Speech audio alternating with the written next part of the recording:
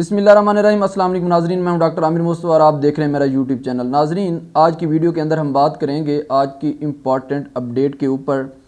आज supreme court of Pakistan के अंदर एक इम्पॉर्टेंट समाअत थी जो कि इमरान खान के जो 9 मई के मुकदमात थे उनकी ज़मानत के लिए दायर की गई थी, जिसकी समाअत 3 रुकनी बेंच कर रहा था, जिसकी सरबराही कर रहे थे चीफ जस्टिस याह्या अफरीदी साहब और उनके साथ थे जस्टिस शफ़ी सदीकी साहब और जस्टिस हसन अज़हर रिजवी साहब इस बेंच का हिस्सा थे। तो नाज़रीन, इससे पहले आप लोग जानते हैं कि 9 मई 2023 में जब इमरान खान साहब को इस्लामाबाद हाई कोर्ट के अहाते में पैरा मिलिट्री फोर्सेस ने गिरफ़्तार किया, उनके ऊपर इल्ज़ाम ये आया था कि उन्होंने बदउनवानी की अल कादिर ट्रस्ट केस में, जिसकी वजह से इस इल्ज़ाम में उनको गिरफ़्तार किया गया।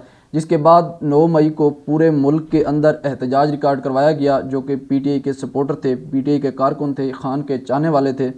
उन्होंने पूरे मुल्क के अंदर एहतजाज किया, जो कि वो एहतजाज बाद में पुरतशद्दुद मुज़ाहरों में कन्वर्ट हो गया। जिसके बाद सरकारी जो इमारतें थीं, जो सरकारी इमलाक थी, उनको नुकसान पहुँचाया गया, जिनाह उसके ऊपर हमले किए गए। हाँ, ये एक अलहदा एक बहस है कि ये जो हमले थे ये किसने करवाए, क्यों करवाए, इनका कौन ज़िम्मेदार है। लेकिन बहरहाल इस सब का जो मलबा था वो ख़ान के ऊपर डाला गया और ख़ान को ही इसका मुर्द इल्ज़ाम ठहराया गया और एक किस्म का ये जाल था जो कि जिसके अंदर पीटीआई को फंसाया गया और उन्हीं मुकदमात की वजह से आधी से ज़्यादा पीटीआई क़यादत फंसी, कारकुनान फंसे और ख़ान उन्हीं मुकदमात में 2 साल से जेल के अंदर सज़ा काट रहे हैं। इससे पहले जून में 2025 में लाहौर हाई कोर्ट के अंदर भी इन 8 मुकदमात की ज़मानत के लिए दरख्वास्त दायर की गई थी, जो इमरान खान की कानूनी टीम है उसने।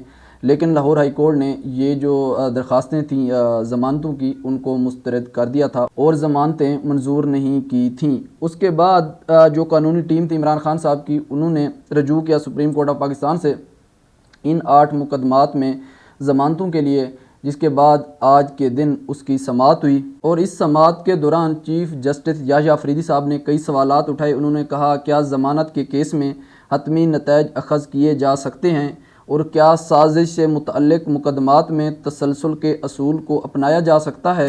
और अदालत ने वाज़े किया कि केस के हक़ैक़ पर बहस ट्रायल कोर्ट में होगी, लेकिन ज़मानत के मरहले पर सबूतों की मजबूती को परखा जाएगा। और जो इमरान खान के मौकिल थे, उन्होंने ये मौक़िफ़ अपनाया कि जिस दिन ये तशद्दुद, ये मुज़ाहरे, ये सारा कुछ हुआ, ये वाक़यात पेश आए, जिसको उसके बाद 9 मई को एक फसादात का दिन भी कहा जाता है, तो उस दौरान इमरान खान साहब जो एहतसाब ब्यूरो है उसकी कस्टडी में थे। लिहाजा उस दौरान किसी भी साजिश का हिस्सा बनना या ऐसी सरगर्मियों को लीड करना या उसमें इन्वॉल्व होना बिल्कुल पॉसिबल ही नहीं है। तो ये वो दलाइल थे मजबूत, जिसकी बिना पर सुप्रीम कोर्ट ऑफ पाकिस्तान ने इन तमाम जो 8 मुकदमात थे उसके मुताल्लिक़ थे 9 मई 2023 के, इन तमाम 8 केसेस में इमरान खान साहब की ज़मानतें मंजूर की। लेकिन क्योंकि उनके ऊपर अल कादिर ट्रस्ट केस का जो ट्रायल है वो अभी चल रहा है, जिसकी वजह से वो रिहा नहीं हो सके और अभी तक जेल के अंदर हैं। उन पर इल्ज़ाम है कि जो 190 मिलियन पाउंड्स का जो केस है अल कादिर ट्रस्ट का, जो कि बरतानिया की तरफ से वापस किए गए, वो बजाय इसके कि खान साहब कौमी ख़जाने में जमा करवाते, वो जो निजी इदारे थे उनमें ये जो रकम थी बांटी गई और इस इल्ज़ाम में खान साहब को इसी केस में गिरफ़्तार किया गया और अभी तक इसी केस की वजह से वो रिहा नहीं हो सके, क्योंकि इस केस में अभी तक ज़मानत नहीं हो सकी। तो नाज़रीन, ये थी सारी सूरत हाल। और लोग, मैं देख रहा था, हर कोई अपना एक तजिया कर रहा था। कोई कह रहा था कि ख़ान की जो रिहाई है वो सिर्फ़ एक कदम की दूरी पर है, जब इस केस में ज़मानत होगी तो खान साहब बाहर आ जाएंगे। और पीटीआई के जो कारकुन हैं वो बड़ी खुशियाँ मना रहे थे, उनके अंदर एक खुशी की लहर दौड़ी, उनकी जो लीडरशिप है वो भी खुशियाँ मना रही थी, मिठाइयाँ बांट रहे थे कि खान साहब की, क्योंकि सबसे जो इम्पॉर्टेंट मुकदमात थे वो 9 मई के थे और जिसकी वजह से इस्टेब्लिशमेंट भी उनसे नाला है और जिसकी वजह से खान साहब के ऊपर इतनी सख्तियाँ की गई, पीटीआई के ऊपर इतनी सख्तियाँ की गई, पीटीआई को ख़त्म किया गया, दीवार के साथ लगाया गया। और सब ये जो सबसे बड़ी वजह थी वो ये 9 मई के मुकदमात थे। तो इसकी ज़मानत होना ये पीटीआई के लिए एक बड़ी कामयाबी है और पीटीआई इसके ऊपर जश्न मना रही है। लेकिन अब क्या इसके बाद इमरान खान रिहा होने जा रहे हैं? क्या इमरान खान साहब की रिहाई मुमकिन है? ये इसके बारे में हम बात करेंगे। नाजरीन देखें, मेरा जो तज्ज़िया है, क्योंकि जब तक हाफिज़ साहब हैं, मौजूद हैं, आसिम मुनीर साहब, तब तक इमरान ख़ान का जेल से बाहर आना बहुत ही मुश्किल है, बल्कि नामुमकिन है। ये हो ही नहीं सकता कि जब तक हाफिज़ साहब हों और ख़ान साहब बाहर आ जाएं, बहुत ही मुश्किल है। और अब इन ज़मानतों का होना, इससे क्या ज़ाहिर होता है? देखें, अगर उन्होंने ख़ान को रिहा करना होता तो अगर उन 8 मुकदमात में ज़मानतें हो गई थीं तो अल कादिर केस में भी ज़मानतें हो जानी थीं और ख़ान बाहर आ जाता। क्योंकि ऐसा है ही नहीं, वो ख़ान को छोड़ना ही नहीं चाहते और ना ही ख़ान बाहर आ रहे हैं। ये सारी गलत फहमी है। ये सिर्फ़ और सिर्फ इन 8 मुकदमात में ज़मानत देना नून लीग के ऊपर प्रेशर डालना है और कुछ नहीं है। देखें, काफ़ी दिनों से हम सुन रहे हैं कि इस्टेब्लिशमेंट और नून लीग की जो आपस में है चापकलिश चल रही है, उनके मामलात थोड़ा बिगड़े हुए हैं, जिसकी वजह से, क्योंकि आगे नवंबर आने वाला है और हाफिज़ साहब की जो मुद्दत मुलाजमत है वो पूरी होने वाली है, तो ये वही सारा चक्कर है। और नून लीग के अंदर अभी तक ये फ़ैसला नहीं हुआ कि आसिम मुनीर साहब को एक्सटेंशन देनी है या नहीं देनी।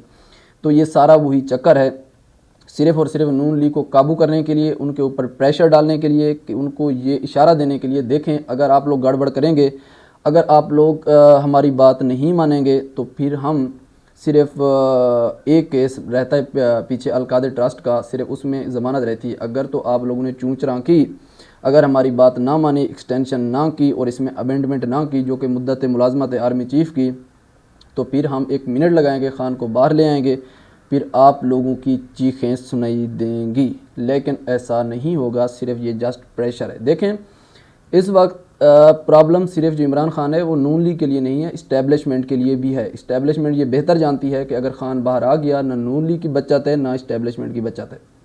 तो ये हो ही नहीं सकता कि वो ख़ान को बाहर लेके आएँ। ये सिर्फ डरा रहे हैं नून लीग को, ताकि वो आर्मी चीफ साहब की जो एक्सटेंशन है, जो उसमें रुकावट आ रही है, वो रुकावट ख़त्म हो जाए। और नून लीग की भी मजबूरी है। देखें, नून लीग के लिए इस वक्त ये सिचुएशन है कि नून लीग खड़ी है दरमियान में, उनकी एक तरफ पानी है, एक तरफ आग है।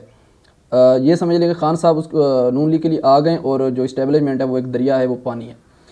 अगर नून लीग देखेगी कि अगर ख़ान बाहर आते हैं तो ऐसे समझे आ गए, उन्होंने राख हो जाना, ख़ान ने जला के रख देना, इनको ख़त्म कर देना, ख़ान ने इनको छोड़ना नहीं है, खा जाना है, जो कि ये नून लीग कभी नहीं चाहेगी ख़ान बाहर है। और दूसरी तरफ ये है कि ठीक है, छलांग लगा दो दरिया में, गोते शोते खा के, फिर भी चांसेस हैं बच में किनारे पे लग जाएं, तो नून लीग यही रास्ता इख्तियार करेगी। और इस्टेब्लिशमेंट को भी यही सूट करता है। वो सिर्फ डरा रहे हैं, ख़ान को कभी नहीं छोड़ेंगे, दबाव इनके ऊपर डाल रहे हैं, इनसे अपने मन मर्ज़ी के फ़ैसले करवाएंगे और उसके बाद ख़ान साहब को इसी तरह, बल्कि मज़ीद ख़ान साहब के ऊपर सख्तियाँ बढ़ेंगी। तो ये आप लोग जो ख़ासतौर पीटीआई के लोग हैं, ये ख़ाम ख्याली में ना रहें। ख़ान का बाहर आना बहुत मुश्किल है और नहीं आएगा, बल्कि आप लोग मज़ीद सख्तियों का इंतज़ार करें। हाँ, सिर्फ एक सूरत है जो कि आर्मी चीफ साहब ने बता दी है कि आप ख़ान साहब सरेंडर करें और आके कौम से माफ़ी मांगें, इस्टेब्लिशमेंट से माफ़ी मांगें कि मेरे से गलती हो गई है, माने कि ये सारा जो काम है मैंने करवाया है, लिहाजा मैं माफ़ी मांगता हूँ, मुझे माफ़ किया जाए। और जो इस्टेब्लिशमेंट है उसके साथ अपने मामला ठीक कर ले, उनके कदमों में पड़ जाए, तो फिर ख़ान साहब बाहर आ सकते हैं। उसके अलावा कोई हल नहीं है। और दूसरी, अगर नून लीग डट जाए, वो कहे कि हमने नहीं देनी एक्सटेंशन, कुछ नहीं करना, जो करना है जाके कर लो, फिर भी ख़ान बाहर आ सकता है। लेकिन नून लीग के अंदर इतना जिगरा नहीं है, वो इतने दिलेर नहीं है कि डट जाए। और दूसरा, ख़ान भी ज़िद्दी है, वो भी कभी माफ़ी नहीं मांगेगा, वो भी सरेंडर नहीं करेगा। तो इसका फ़ाइनल तज्ज़िया यही है कि सिर्फ़ और सिर्फ ये जो ज़मानतें की गई हैं, ये नून लीग के ऊपर प्रेशर डालने के लिए की गई हैं। बाकी ख़ान साहब की रिहाई नामुमकिन है अभी तक। तो आगे देखते हैं क्या होता है। और ये था आज का तज्ज़िया। और आप लोग कमेंट सेक्शन के अंदर अपनी राय का इज़हार लाजमी कीजिएगा। और इंशाल्लाह मुलाकात होती है नेक्स्ट वीडियो में एक नए टॉपिक के साथ। तब तक के लिए अल्लाह हाफ़िज़।